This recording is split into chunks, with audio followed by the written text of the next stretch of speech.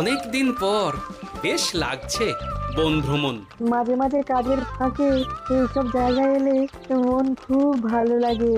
শুদ্ধ বাতাস, মাটির সোনা গন্ধ, পাখির কলতান, আহা।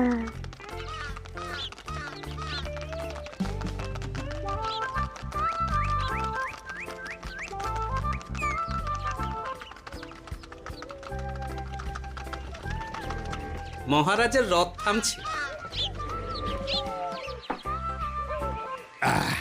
আমরা এইখানে বসে আজ রাজকার্য পরিচালনা করব। মন্ত্রী, তুমি ঝটপট এখানে বসার বন্দোবস্ত করে দাও। আমি এক্ষুনি ব্যবস্থা করে দিচ্ছি মহারাজ। এই এখানেই আমাদের বসার জন্য ছাউনি করে দাও। এক্ষুনি করে দিচ্ছি মন্ত্রী মশাই। এরা বসার জায়গাটা করে দিক, ততক্ষণ আমরা একটু হেঁটে আসি।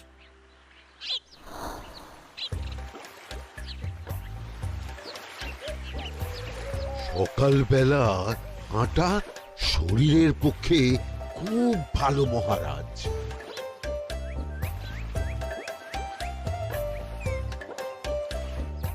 আগেকার দিনে রাজা মহারাজরা এই সব বনে মৃগয়া করতে আসতেন। মৃগয়া একদম ভালো নয় মন্ত্রী। তুমি জঙ্গলে আসছো অন্য প্রাণীদের মারতে। কেন মারবে? ওরা তো তোমার কোনো ক্ষতি করেনি। না, তা করেনি, কিন্তু তখন ওটা রাজা মহারাজাদের খেলা ছিল। শুনেছি আপনার প্রপিতামহ খুব ভালো বাঘ শিকার করতেন, অনেক বাঘ মেরেছেন।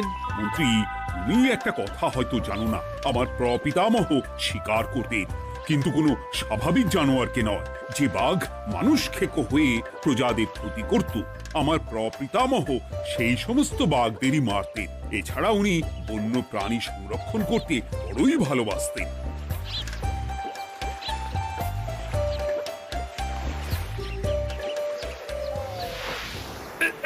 উফ, এটা আবার কি? এই এটা আবার কোথা থেকে উড়ে এলো? কোথাও তো ঝড় হাওয়া কিছুই নেই।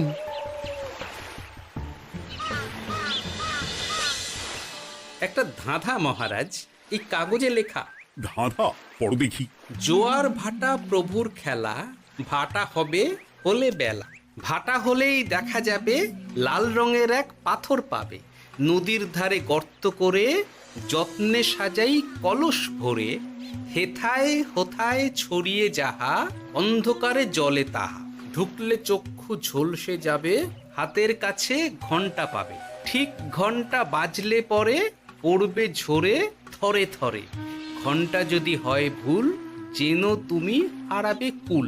ঠিক ঘন্টা চিনতে হলে নকশা দেখো চক্ষু খুলে। সিন্দুক দেওয়ালে হাত দাও, আসল ঘটনা জেনে নাও। ওরে বাবা, খুব দীর্ঘ ধাঁধা। তা মন্ত্রী, তুমি কিছু বুঝলে? এটা একটা গুপ্তধনের নকশা। এর মধ্যে গুপ্তধন কোথায় আছে তার একটা ধারণা দেওয়া আছে। গুপ্তধন? ওটা আমাকে পেতেই হবে, পেতেই হবে। দেখি দেখি একবার কাগজটা দাও। গোপাল, কাগজটা আগে আমার হাতে দাও, দেখি ভালো করে। এখন নদীতে জোয়ার চলছে গোপাল।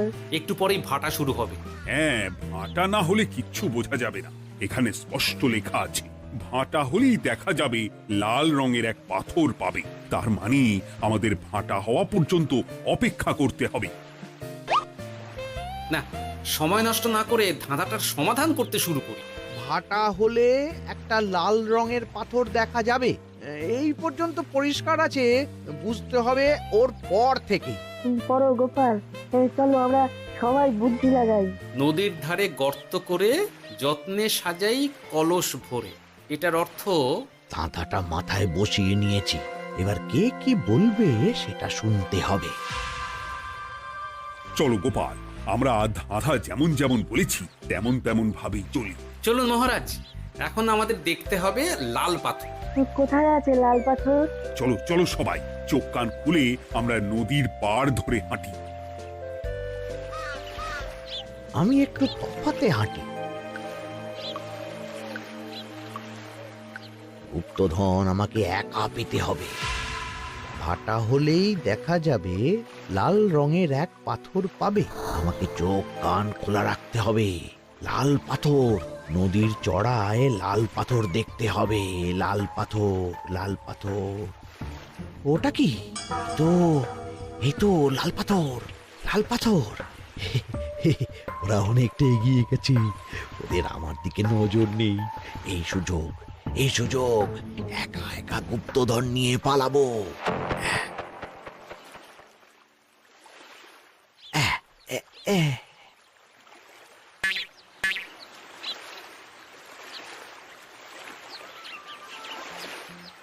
কি গো, আমরা তো হেঁটেই চলেছি, লাল পাথর তো কই দেখতে পাচ্ছি না। আরেকটু হাঁটতে হবে মহারাজ, গুপ্তধন বলে কথা, ওকে আর সহজে ধরা দেয়? সেটা অবশ্য সঠিক কথা। আচ্ছা, আমরা সবাই তো আসছি হেঁটে হেঁটে, মন্ত্রী মশাই গেলেন কোথায়? ও কি যে ঘটে! সত্যি তো, মন্ত্রী কোথায়? ও সেনাপতি, মন্ত্রীকে দেখেছো? কই না তো মহারাজ। তাহলে কোথায় গেলেন মন্ত্রী মশাই? এই জঙ্গলে বাঘ ভাল্লুক আছে, শেষে কিনা বাঘে নিল। হায় হায় হায়, মন্ত্রী গিন্নির কাছে আমি কি মুখ দেখাবো? হুম, বাঘ ভাল্লুকের পেটে যাবার লোক তো মন্ত্রী মশাই নন। ও গোপাল, কি ভাবছো? কিছু তো একটা বলো। এখন আমাদের মন্ত্রী মশাইকেই খুঁজতে হবে। তবে মন্ত্রী মশাই বাঘ ভাল্লুকের পেটে যায়নি। তুমি নিশ্চিত হচ্ছ কি করে? অত পেঁচালো মানুষকে বাঘ ভাল্লুক গন্ধ শুকেই ছেড়ে দেবে, হজম করতে পারবে না।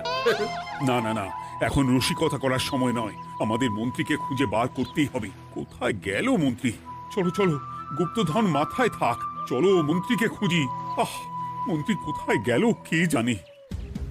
একবার পুরো ধাঁধাটা ঝালিয়ে নি। ভাটা হলেই দেখা যাবে লাল রঙের এক পাথর পাবে। ভাটা হয়েছে, লাল রঙের পাথরের মাথায় চাপ দিয়ে গুহার মুখও খুলেছি। এবার এবার নদীর ধারে গর্ত করে যত্নে সাজাই কলস ভরে। এটাই তো ঠিক বুঝতে পারছি না।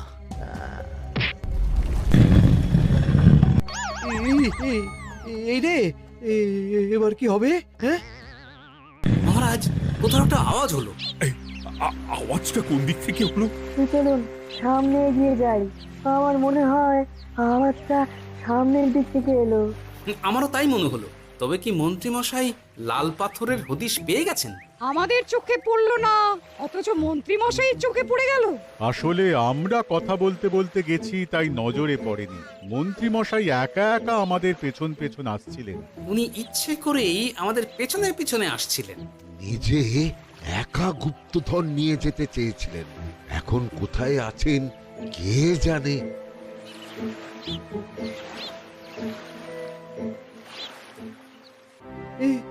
অন্ধকারে কিছু দেখতে পাচ্ছি না তো। দাঁতাতে কি ছিল? হ্যাঁ, কি ছিল? হেথায় হোথায় ছড়িয়ে যাহা, অন্ধকারে জলে তাহা, ঢুকলে চক্ষু ঝলসে যাবে, হাতের কাছে ঘন্টা পাবে। পেয়েছি পেয়েছি, ঘন্টা ঘন্টা ঘন্টাটা পেতে হবে। ঘন্টাটা ঘন্টাটা ঘন্টা।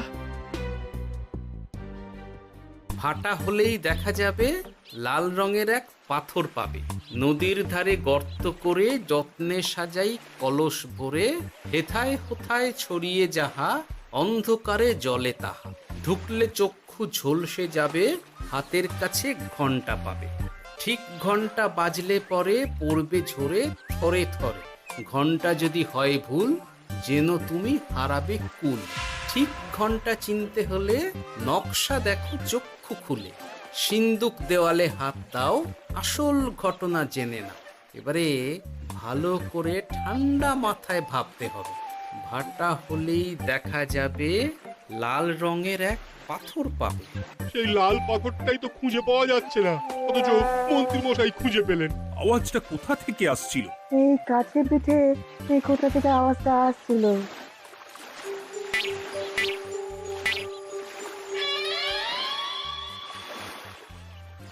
এই তো, এটাই মনে হয় সেই লাল পাথর। একটু নাড়িয়ে চাড়িয়ে দেখি তো কিছু হয় কিনা।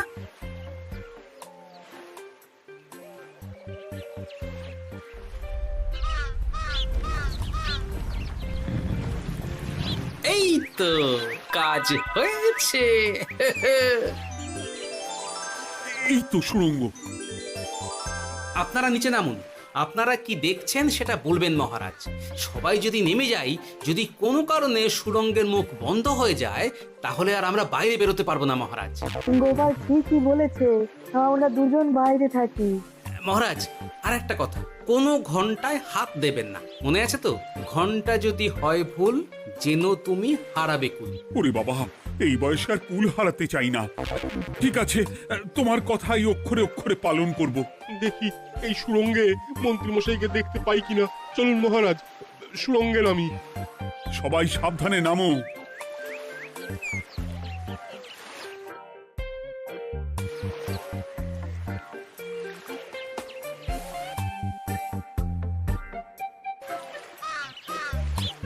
মহারাজ, ওখানে কি কি দেখতে পাচ্ছেন?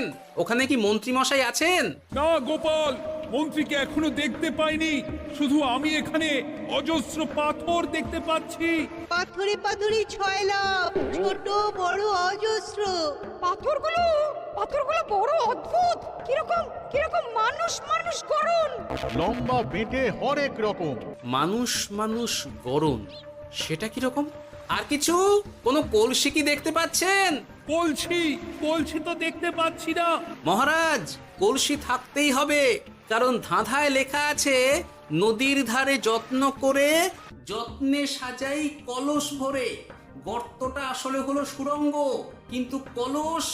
মহারাজ, মহারাজ, এইদিকে এইদিকে একটা কলসের মতো কি যেন আছে। এইদিকে আসুন, এদিকে এদিকে। হ্যাঁ গোপাল, দেখতে পেয়েছি। এবার আমি যেরকম যেরকম বলবো সেই রকম সেরকমই করবেন। আমি বিজ্ঞানীকে নদী থেকে জল তুলে পাঠিয়ে দিচ্ছি। পাত্র কোথায় পাবে? আমাদের জল খাবার যে পাত্র আছে সেটা আনতে লোক পাঠাচ্ছি। ঠিক আছে। শুধু একটা কথা বলছি, আপনারা কেউই সুড়ঙ্গের ভেতরে কোনো কিছুতে হাত দেবেন না। কেন গোপাল? সব পরে বলবো, এখন আমি যা বলছি সেটা শুধু মনে রাখুন। সুড়ঙ্গের ভেতরে কিছুতে হাত দেবেন না। ঠিক আছে। প্রহরী, তুমি যাও, যেখানে আমাদের বসবার আয়োজন করা হয়েছে সেখানে গিয়ে একটা জলের পাত্র নিয়ে নদী থেকে জল ভরে নিয়ে এসো। গোপাল, মন্ত্রীমশাই কোথায় গায়েব হয়ে গেলেন? কোথাও গায়েব হয়ে যাননি বিজ্ঞানী, কোথাও গায়েব হয়ে যাননি উনি। উনি ওই সুড়ঙ্গের ভেতরেই আছেন। কিন্তু কেউ তো ওনাকে দেখতে পাননি। সম্ভবত পাথর হয়ে আছে। এখন কিভাবে পাথর হয়েছেন সেটা তো আমি বলতে পারবো না। সবটাই স্বপ্নের মতো লাগছে। ঠিক যেন স্বপ্নের মতো লাগছে। এই জীবনে সুরঙ্গ দর্শন হয়ে গেল। আমাদের পাতাল প্রবেশ। পাতালে আসিয়া আমি মনে মনে বলি, গুপ্তধন নিয়ে আমরা যেন সৎ পথে চলি। তোমার এখনো কাব্য আসছে সভাকবি? আসছে মানে কাব্যের সাথে আছে রোমাঞ্চ, করছে গা শীত, হচ্ছি আমি অধীর। মহারাজ, জল দিয়ে বিজ্ঞানীকে পাঠাচ্ছি। কি করতে হবে বিজ্ঞানীকে সব বলে দিয়েছি। তুমি ভেতরে আসবে না? আসবো ঠিক সময়ে। এখন আমি যেমন যেমন বলবো আপনি ঠিক তেমন তেমন করবেন। ঠিক আছে। বিজ্ঞানী, যেমন যেমন বললাম ঠিক তেমন তেমন ভাবে কলসিকে জল দিয়ে পরিষ্কার করবে। মনে রেখো, ধাঁধায় আছে কলসি সাজাই যতন কর। তুমি একটা কথা মনে রেখো বিজ্ঞানী, কোথাও হাত দিও না কিন্তু। ঠিক আছে গোপাল, তোমার উপস্থিত বুদ্ধির তুলনা নেই। আমি যাচ্ছি গোপাল। সাবধানে সাবধানে। মহারাজ, বিজ্ঞানী যাচ্ছে। সাবধানে নামো, সাবধানে। মহারাজ, এই কলসিটা কোথায়? ওই তো, একটু সাবধানে যাও।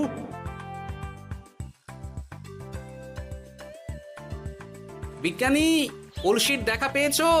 পেয়েছি পেয়েছি পেয়েছি। এবারে কলসিটাকে ভালো করে জল দিয়ে ধুয়ে দাও। কলসির আলোয় সুড়ঙ্গ আলোকিত গোপাল। এরপর কি? ভালো করে দেখুন মহারাজ, কোথাও ঘন্টা দেখতে পাচ্ছেন কিনা। ঘন্টা একটা তো নয়, সার সার ঘন্টা, অনেকগুলো ঘন্টা। সাবধান, ঘন্টায় হাত দেবেন না, শুধু দেখুন।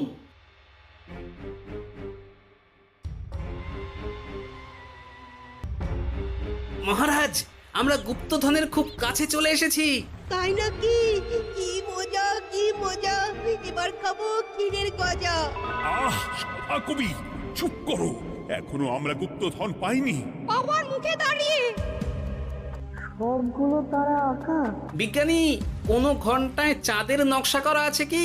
একটু দেখে বলো না। আমি আতস কাজ নিয়েই দেখছি, সব ঘন্টাতেই তারা আঁকা। খবরদার, কোনো ঘন্টাকেই ছোঁবে না। ঠিক আছে, কোনো কিছু না ছুঁয়ে আমি দেখছি। পেয়েছি গোপাল, চাঁদ আঁকার ঘন্টা পেয়েছি। ওই ঘন্টাটা বাজাও, বাজাও।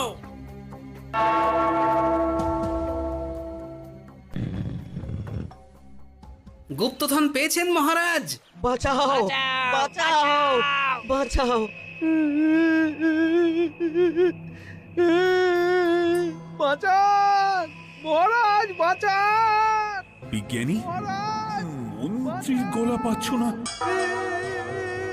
মহারাজ, আমি পাথর হয়ে আছি, আমাকে মানুষ করুন মহারাজ। তুমি তো মানুষই ছিলে, হঠাৎ করে পাথর হলি কেন? মহারাজ, গুপ্তধন পেয়েছেন? পেয়েছি, তার সাথে মন্ত্রীকেও পেয়েছি। মন্ত্রী এইখানে কোথাও পাথর হয়ে দাঁড়িয়ে আছে।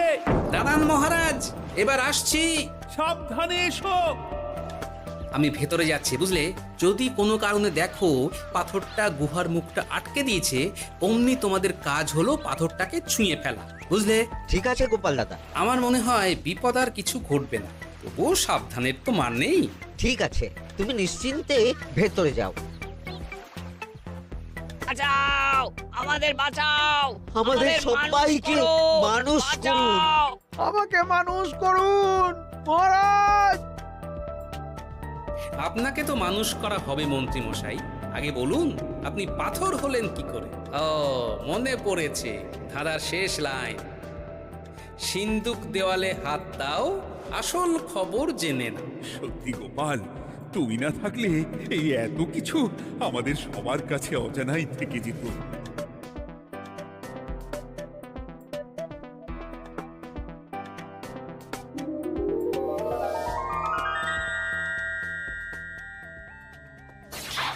ধন্যবাদ আমাকে মুক্ত করার জন্য। আপনি কে? আমি যক্ষ। আমাকে এই ধন সম্পত্তি পাহারা দেওয়ার জন্য এক ডাকাত দলের সর্দার যক্ষ করে রেখেছিল। আমি 100 বছর ধরে এইখানে যক্ষ হয়ে আছি। আমি তোমার জন্য মুক্ত হলাম গোপাল। এই সম্পত্তি তোমার গোপাল। সম্পত্তি নিয়ে আমি কি করব? আমি এই সব সম্পত্তি মহারাজকে দান করলাম, রাজ্যের অনেক কাজ হবে এতে। তুমি ধন্য গোপাল, তুমি ধন্য।